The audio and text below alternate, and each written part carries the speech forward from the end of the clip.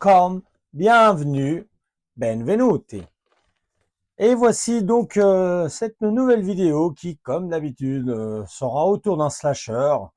En l'occurrence, je l'avais déjà souligné à la fin de la précédente vidéo, à savoir Halloween. Une vidéo qui était un peu trop longue, peut-être pour certains. Je peux m'en excuser, mais j'avais vraiment beaucoup de choses à dire dessus.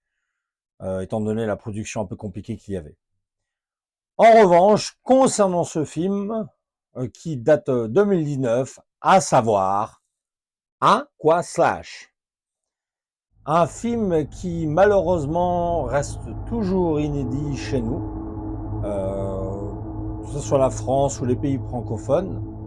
On peut le retrouver aux États-Unis, heureusement, au Canada, et même dans d'autres pays de l'Union européenne. Bon. Mis à part cela, l'histoire du film s'articule tout simplement autour d'un groupe de jeunes, un très grand groupe de jeunes, je dirais même, qui, pour fêter leur remise de diplôme, décident de fêter cela dans un grand parc aquatique, à savoir Wet Valley, tel est le nom où se situe cet endroit. Et à l'intérieur, ils vont décider de faire une grande fête avec tout ce qui fait partie du folklore, à savoir l'alcool, la drogue et les parties de Jean Mandé.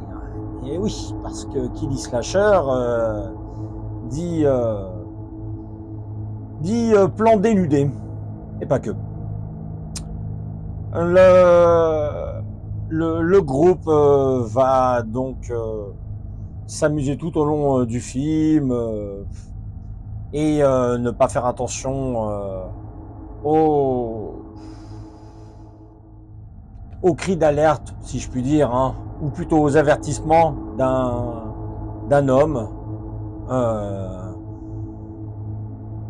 Et ils auront donc au bout de leur aventure à fêter coûte que coûte leur remise de diplôme, hein, avec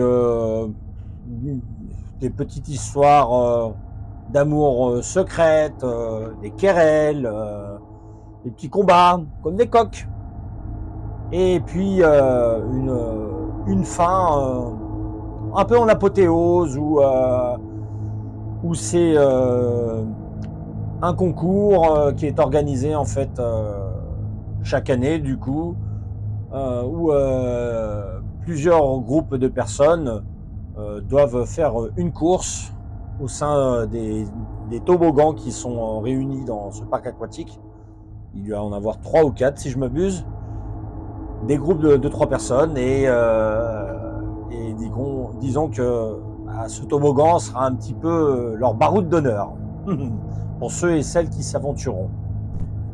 Voilà, l'histoire est assez simple en fait. Bon, voilà, vous savez très bien que les slashers n'ont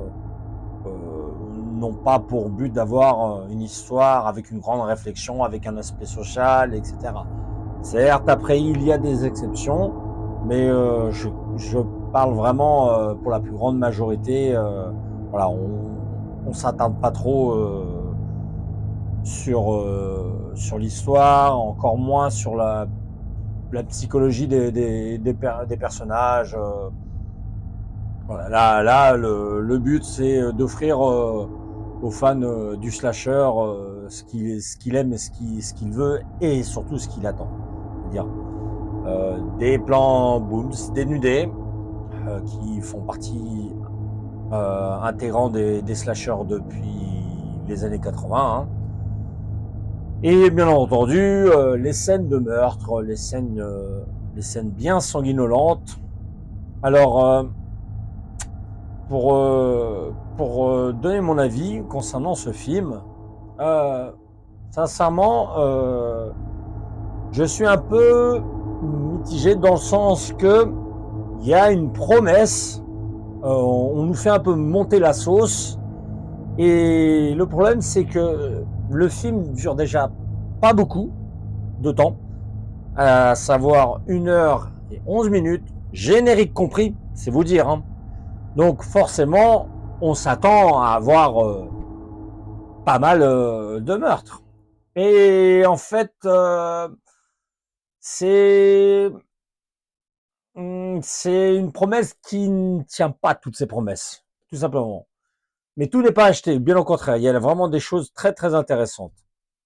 Euh, Ne serait-ce que déjà la petite la petite scène du début qui fait beaucoup référence, à mon goût en tout cas, à Nightmare on Elm Street, c'est-à-dire le premier Freddy, avec un personnage qu'on forcément on suppose être le tueur, qui est en train d'aiguiser, de bien aiguiser même des lames. Donc on se dit voilà, ça servira pour les meurtres durant le film. Et puis passer cette scène hommage au film de Wes Craven, on passe sur un petit couple de jeunes qui, en pleine nuit, avec un petit peu de brume, près d'un lac. Et encore une fois, cette scène aussi, bah, forcément rappelle les slashers d'antan. Un en particulier, moi, ça m'a beaucoup fait penser à Friday the 13th, le premier vendredi 13 donc. Et il y a tous ces petits trucs là qui, aux fans du slasher, parlent. Enfin, moi, je l'ai ressenti comme tel. Et puis, il vient le moment où, bah, forcément, les personnages batifolent, se touchent, etc. Jusqu'au moment où un inconnu débarque et sème la zizanie avec ce couple. Et puis après cela, donc du coup, bah, débarque, comme je vous disais, tous ces jeunes qui viennent fêter leur remise de diplôme dans ce camp. Et il y a notamment un acteur, du moins plutôt un personnage qui se détache un peu plus que les autres, qui a mis un peu plus en avant, à savoir le personnage de Joss, qui est incarné par Nicolas Fontaine, et qui est du coup musicien avec d'autres de ses camarades, et qui, voilà, on sent, c'est un personnage qui voilà, qui est pas très spécialement méchant, mais qui aime bien défendre son territoire. Quoi. Mais c'est pas voilà, c'est pas encore une fois un personnage spécialement intéressant à l'image de la plupart des personnages de ce film. Et puis vient les autres personnages secondaires, voilà, tout aussi clichés que la plupart dans des films des slashers. Donc avec ce groupe de jeunes qui en embêtent un autre, un petit peu les bad guys entre guillemets, pas vraiment les méchants à proprement parler, mais ceux qui aiment bien un peu être rebelles. Et voilà, jusqu'à un autre personnage féminin vienne un petit peu les remettre à leur place. Amusant, amusant. Voilà. Et puis il y a du coup un personnage qui assez rapidement avertit les jeunes qui sont peut-être en danger de faire attention à eux parce que dans le passé il y a eu un événement dans ce centre aquatique et bien entendu les jeunes n'auront que faire de ces avertissements. Le personnage en question qui leur fait cet avertissement est un maître nageur d'un certain âge, hein, peut-être une cinquantaine, une soixantaine d'années tout au plus, et qui du coup, par ces avertissements, m'a fait penser à un personnage qu'on retrouve dans certains slashers, comme dans Friday the 13th, à savoir Crazy Joe, qui jouait le personnage qui prévenait les jeunes dans les deux premiers Friday the 13th, avec une fin malheureuse, hélas pour lui. Et du coup, ce personnage de Crazy Joe, une version un peu plus moderne des les années 2010 passées, voilà, et on va dire modernisé ici, tout simplement. Mais bon, rien d'exceptionnel, là. Ces jeunes dont du coup n'écoutons pas, font la fête, continuent à batifoler leur corps et à s'amuser à leur façon, notamment une scène en pleine nuit où ils se jettent de la peinture fluorescente sous de la musique techno bien forte. Et à un moment donné, on a deux petites intrigues, à savoir avec une amourette secrète qui débarque ainsi euh, et qui donnera du coup diverses tensions, voilà, des choses qu'on a déjà vues, hein. Et on aura même une scène avec ce couple, une scène de douche, un peu comme dans le film L'Expert, hein, on va dire, hein. Bon, ça m'a fait un petit peu penser à ça, le film L'Expert avec Sharon Stone et Sylvester Stallone. Ça m'a fait penser à ça. Et on a aussi d'autres petites scènes qui sont un petit peu moins intéressantes à mon goût et qui, du coup, prennent un peu du temps sur le métrage pour rien, surtout qu'il est assez court, notamment une scène au restaurant entre un personnage féminin qui est plus âgé qu'elle est jeune et qui a un passif avec le parc et qui est également la compagne du propriétaire du parc. Et donc, cette femme en question dîne avec le père de Josh, que je parlais tout à l'heure. Et en fait, c'est une scène qui, à mon goût, prend du temps, aussi bien la scène que le personnage du père de Josh, pour moi, ça n'a aucun intérêt. Pour moi, voilà, c'est bon, à la rigueur, ça donne juste vraiment du crédit vraiment pour les dernières minutes du métrage en rapport avec ce qui sera annoncé, mais sinon, ou alors si pour un des meurtres pendant le métrage.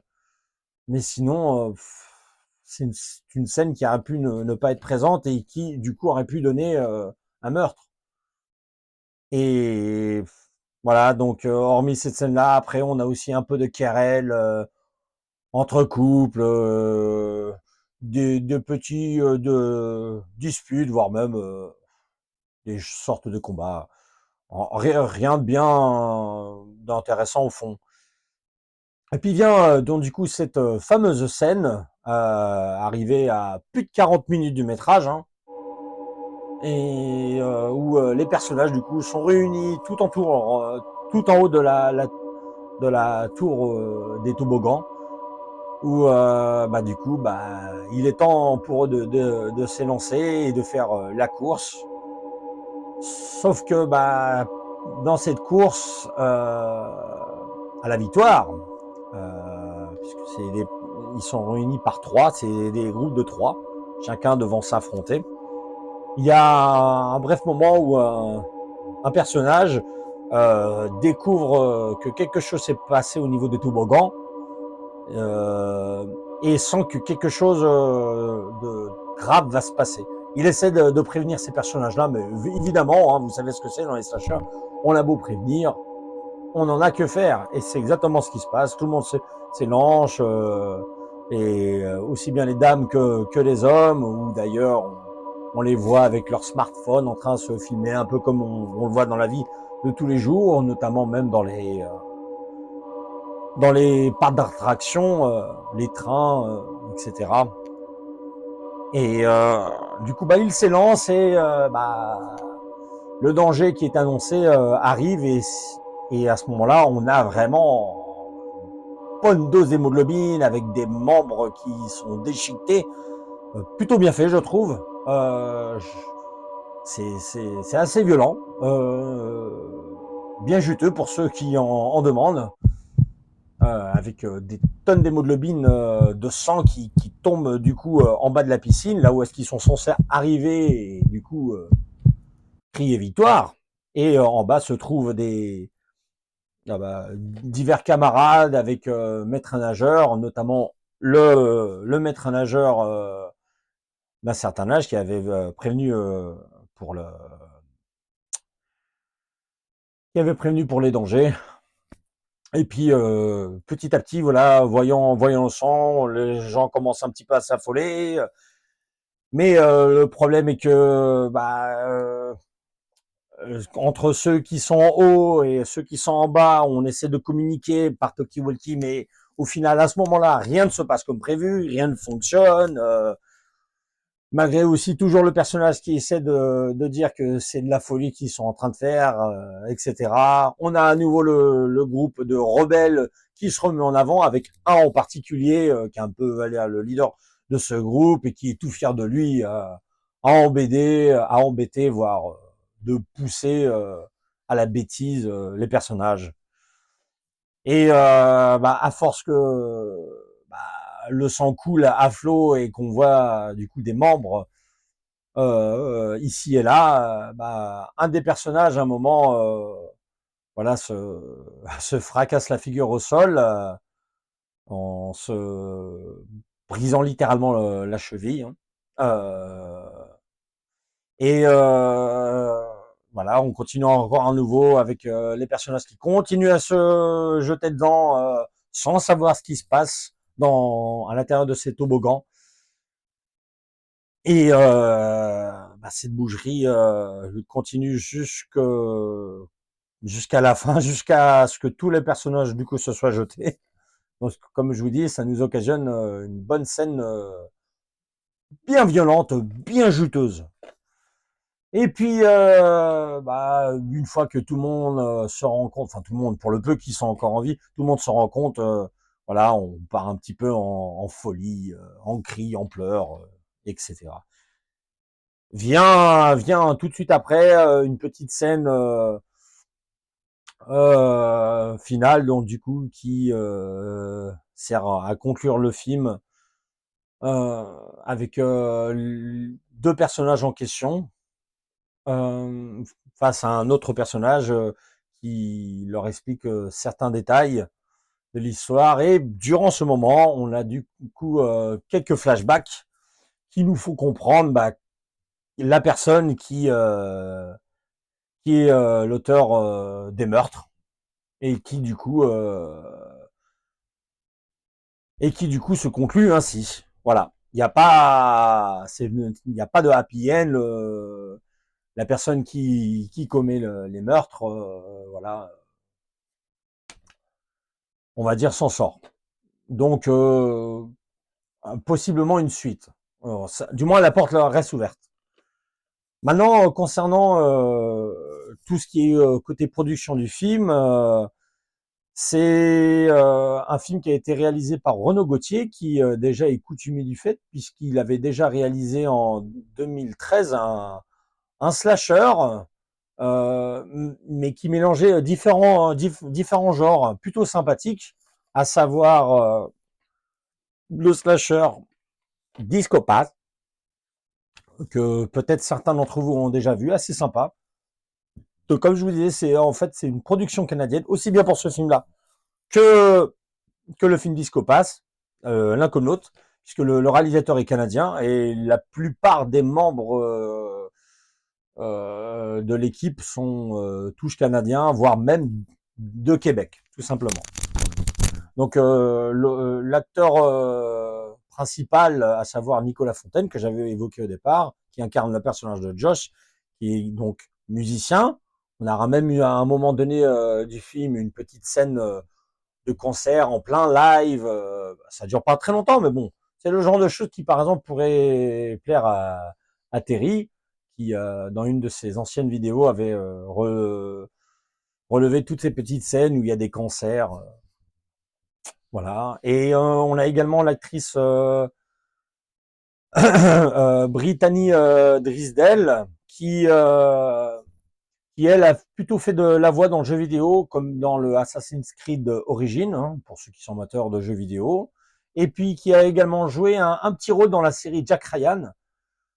Jack Ryan qui à la base est un personnage de Tom Clancy, si je m'abuse, et où plusieurs films ont déjà été tournés dessus, comme un film avec Alec Baldwin et Sean Connery, à la poursuite de Tom Rouge. Il y a eu aussi les films avec Harrison Ford.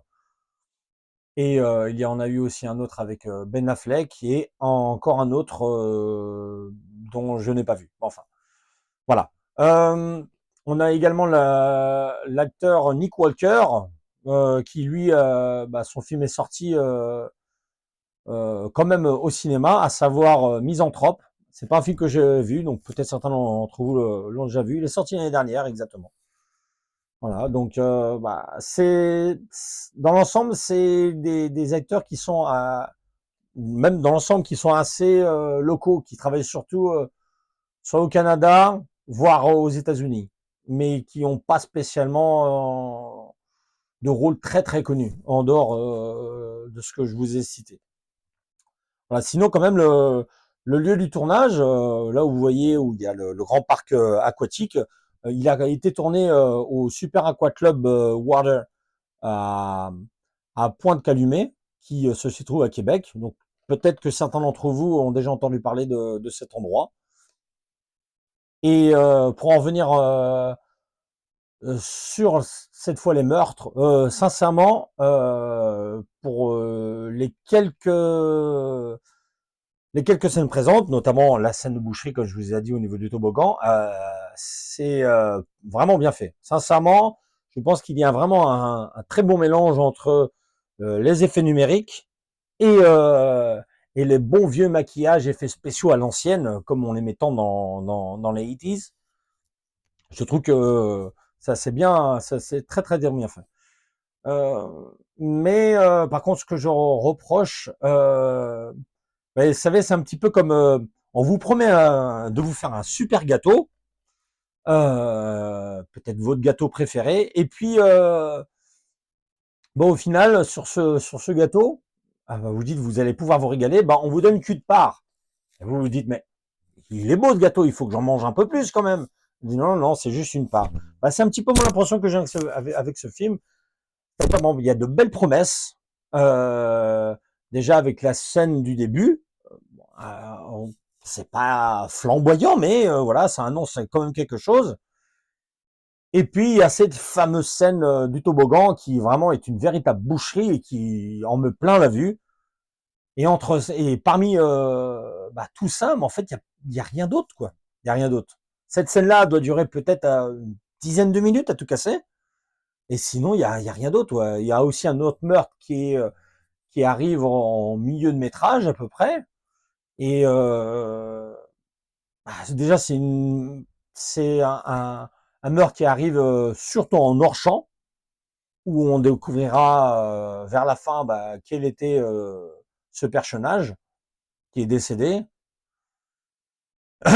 Et sinon, en dehors de ça, il y a pas grand-chose. Alors, euh, on sent vraiment que le réalisateur, vraiment, il est passionné de slasher. D'ailleurs, j'avais déjà vu une interview de lui où vraiment c'était un grand fan de slasher, où vous retrouvez justement cette interview dans les bonus du DVD Discopath, et où il dit que depuis longtemps il était très amoureux et attaché au slasher, et justement dans ce métrage, on sent vraiment que il cherche à lui rendre hommage, et on le sent à travers différentes références pendant le métrage. Mais ce qui est dommage, c'est que voilà, le long métrage, il est assez court au final, et sachant qu'il sur un métrage comme ça où il y a 1h10 en gros de métrage, hein, euh, il aurait été pour moi plus judiciable de miser un peu plus justement sur ces scènes de meurtre plutôt que d'attendre comme une sorte de bouquet final. On vous promet, attendez, restez jusqu'au bout, vous allez voir. Le bouquet final, il va être spectaculaire. En effet, il l'est.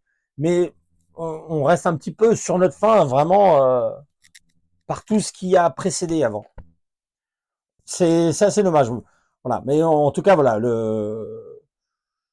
on sent vraiment l'amour du genre. Le réalisateur ne s'en cachait pas, puis, citant même quelques références dans l'interview que je vous ai parlé.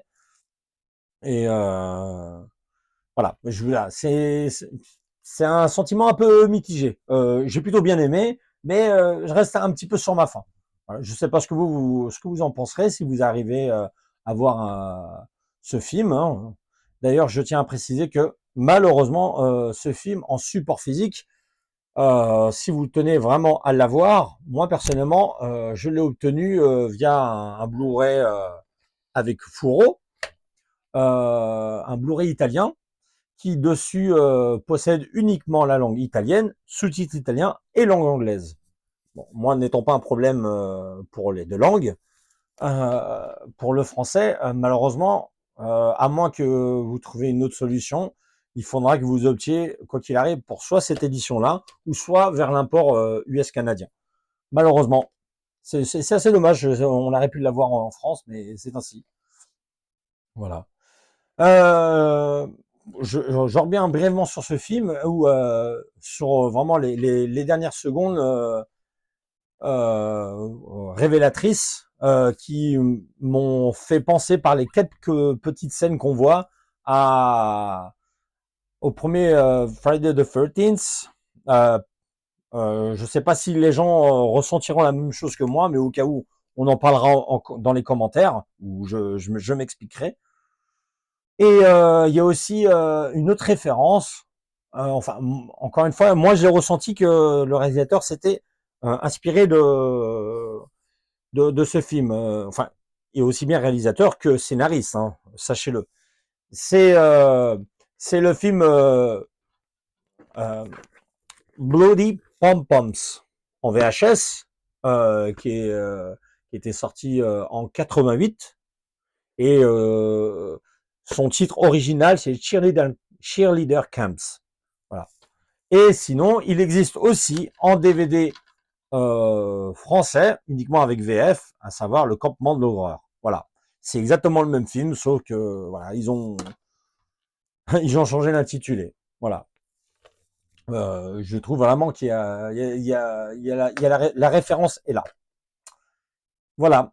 Donc, j'ai une dernière petite chose à dire avant de vous saluer. C'est durant une scène du film où un personnage se fracture littéralement la cheville. C'est assez dommage parce que on voit en fait que finalement, bon, forcément, ils n'allaient pas faire fracturer une cheville à quelqu'un, mais on voit du coup que ce n'est pas du tout une jambe, c'est même pas un effet de maquillage ou une prothèse ou autre chose. En fait, bah, c'est un bras qui est mis dans une chaussure. Et non seulement on le voit, mais on le comprend. Enfin, on voit pas la main, mais ça se voit en fait. Et c'est dommage. Je pense qu'il aurait pu avoir moyen de faire des trucages plus sympas que ça. Après, je me dis peut-être que le maximum du budget a été mis déjà dans la location du lieu et surtout dans les effets sanglants. Je pense que le budget est beaucoup passé là-dedans. Voilà. Donc, sur ce, je vais vous laisser. Je vais une nouvelle fois vous montrer ce petit film qui, ma foi, que je conseille, hein, malgré tout, malgré les petits points négatifs que j'ai cités. Il mérite le coup d'œil. Donc, vous me direz ce que vous en pensez si vous êtes amené à le voir un de ces jours. Et n'oubliez pas le petit pouce qui fait plaisir, s'il vous plaît. Et si l'envie vous vient, bah, mettez un petit commentaire. Je serai disposé à vous répondre. Et puis, sur ce, moi, je vous dis à une prochaine pour le prochain slasher. Ciao, ciao!